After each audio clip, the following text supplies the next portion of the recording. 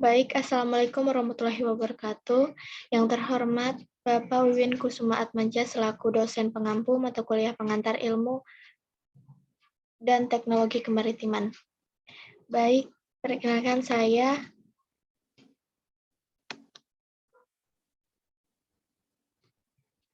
Nur Aini dengan NIM 2104010068, kelas akuntansi 202, berjudul Green Economy. Apa sih itu green economy? Green economy atau ekonomi hijau adalah proses pengembangan ekonomi, efisiensi sumber daya alam dan sosial.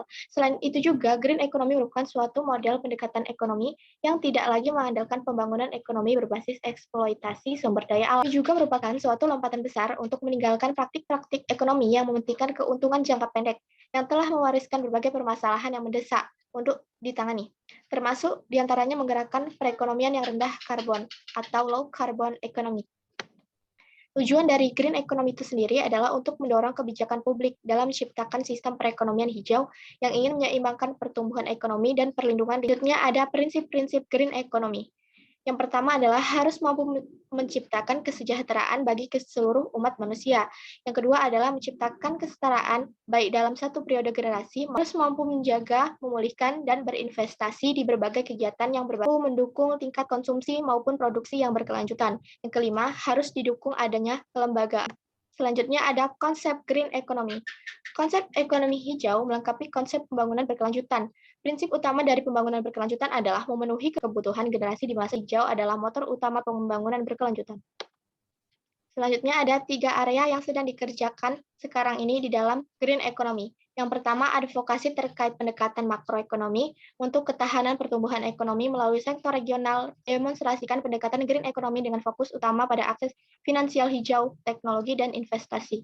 Yang ketiga, mendukung negara dalam rangkaian pengembangan dan pengurusutamaan menuju green economy. Selanjutnya ada ciri green economy. Yang paling membedakan dari rezim ekonomi lainnya adalah penilaian langsung kepada modal alami dan jasa ekologis sebagai nilai ekonomi dan akuntansi biaya, di mana biaya yang diwujudkan ke masyarakat dapat ditelusuri kembali dan dihitung sebagai kewajiban. Kesatuan yang tidak membahayakan atau mengabaikan aset. Untuk tinjauan umum tentang kebijakan pembangunan lingkungan internasional yang menuju ke laporan ekonomi hijau Program Lingkungan Perserikatan Bangsa-Bangsa 2011. Implementasi Green Indonesia didasarkan pada Rencana Pembangunan Jangka Menengah Nasional atau RPJMN periode 2010 sampai 2014. Sebagai implementasinya adalah melalui green budgeting untuk menata kelola keuangan anggaran pemerintah. Green budgeting itu sendiri adalah paradigma penganggaran yang memprioritaskan unsur kelestarian lingkungan dalam penyusunan, implementasi, pengawasan sampai evaluasi dalam belanja pemerintah dan juga pendapatan yang mendukungnya.